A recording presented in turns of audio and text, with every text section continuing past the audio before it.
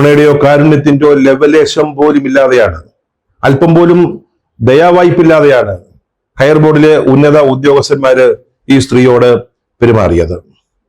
നിസ്സഹായ ഒരു സ്ത്രീയെ അധികാരത്തിന്റെ ഉരുക്കുദണ്ഡ് ഉപയോഗിച്ച് ചവിട്ടി അരിക്കുകയാണ് ഈ മേലുദ്യോഗസ്ഥന്മാര് ചെയ്തത്. കാൻസർ അതിജീവിതയായ സ്ത്രീയെ വളരെ വിദൂരമായ രാജമുന്ദ്രിയിലേക്ക് സ്ഥലം മാറ്റിക്കൊണ്ട് ശാരീരികമായ പീഡനമാണ് അവരേൽപ്പിച്ചത്. അതുപോലെ ശമ്പളം തടയുക, പ്രൊമോഷൻ നൽകാതിരിക്കുക, ഇത്തരത്തിലുള്ള പ്രവർത്തനങ്ങളിലൂടെ അവരെ മാനസികമായി ദ്രോഹിച്ചു, പീഡിപ്പിച്ചു. പിന്നീട് കിട്ടുന്ന അവസരങ്ങളിലെല്ലാം ഇത്തരത്തിലുള്ള പീഡനം തുടരുകയായിരുന്നു. ഈ ആരോപണത്തിനിരയായ 4 ഉദ്യോഗസ്ഥന്മാർ ഒന്ന് ആലോചിക്കണം.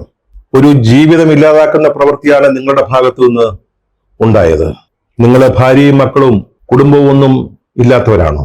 നിങ്ങളുടെ അല്പം കരുണയോടുകൂടി, ദയോടുകൂടി, ഒരു മാനുഷിക പരിഗണനയോടുകൂടി ആ സ്ത്രീയോട് പെരുമാറിയിരുന്നുവെങ്കിൽ ഇന്ന് ജോളി മധു നമ്മോടൊപ്പം ഉണ്ടാകുമായിരുന്നു.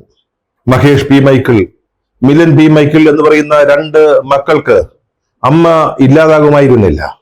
വാസ്തവത്തില് ഇതൊരു കൊലപാതകമാണ്.